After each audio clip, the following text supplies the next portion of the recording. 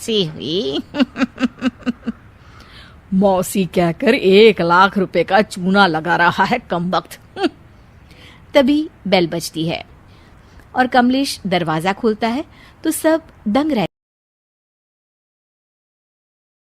पिंकी के पति कमलेश की दुकान पर गांव का गुंडा जग्गू दादा आता है और धमकी देकर जाता है कि अगर उसने 1 लाख रुपए नहीं दिए तो वो दुकान तोड़ देगा। घर में सभी परेशान होते हैं। अरे सत्यानाश हो उस जग्गू का, अच्छा खासा लड़का था, पता नहीं क्यों गुंडागर्दी करने लगा, किसी की भी जमीन हड़प लेता है और अब हमारी दुकान के पीछे पड़ा है नास पीटा।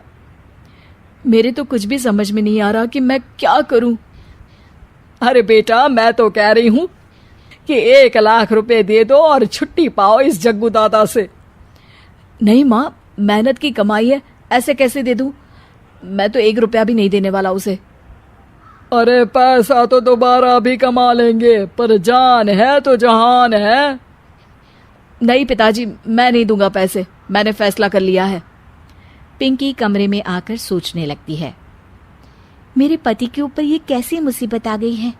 हे भगवान, क्या करूं मैं? तभी उसे जादुई पत्थर से आवाज सुनाई देती है, दन दना दन दन दन दन, जो चाहे वो तू बन।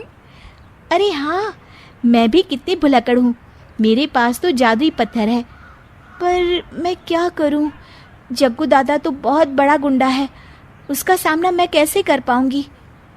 पर मुझे ये करना ही होगा। पिंकी प्लान बनाती है और उसे एक आइडिया आता है और वो आइडिया वो सबको बताती है।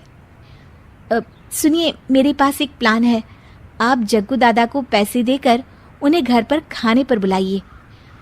सब ये सुनकर दंग रह जाते हैं।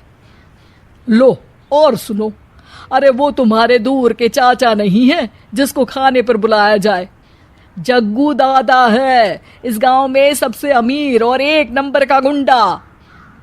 ओफो सासू माँ, मैं जो कह रही हूँ वो करके तो देखिए।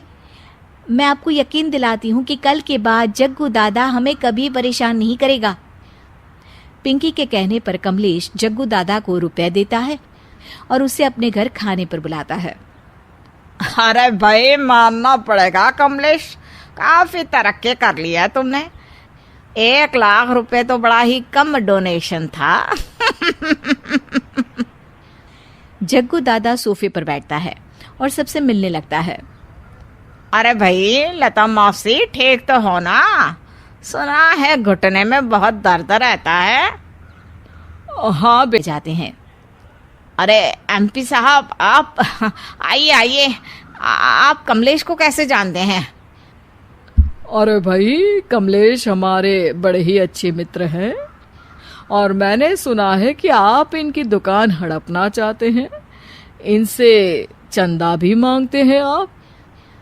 अरे एमपी जी, वो तो बस थोड़ा धंधे में मंदी चल रही थी तो गांव वालों से थोड़ी मदद मांग ली।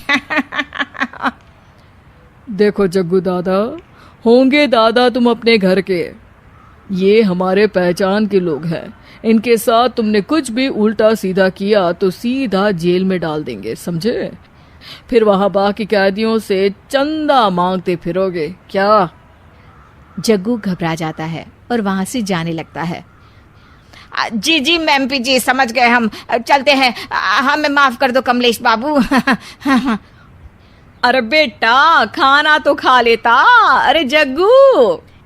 जग्गू दादा को भागता देख एमपी के रूप में बदली पिंकी हंसने लगती है और सब एमपी के पास आते हैं और उनका धन्यवाद करते हैं।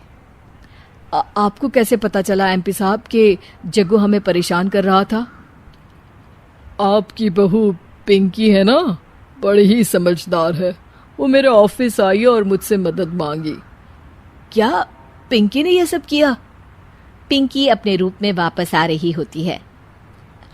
अच्छा, मैं चलता हूँ, मेरा मतलब है। अरे ऐसे कैसे, आप बिना खाना खाए नहीं जा सकते, आइए आइए। नहीं, फिर कभी मुझे जाने दीजिए। पिंकी भागती है। अरे इन्हें किस बात की जल्दी थी? लगता है कोई इम्पोर्टेंट मीटिंग होगी माँ। हाँ भाई, बड़े लोग हैं, दिन में कुछ ना कुछ चलता ही रहता है। लेकिन भगवान का शुक्र है कि आज बहू की वजह से सब सही हो गया। पर बहू है कहाँ? पिंकी घर से दूर भागते भागते अपने रूप में वापस आ जाती है। उफ, बाल बाल बच गई आज तो।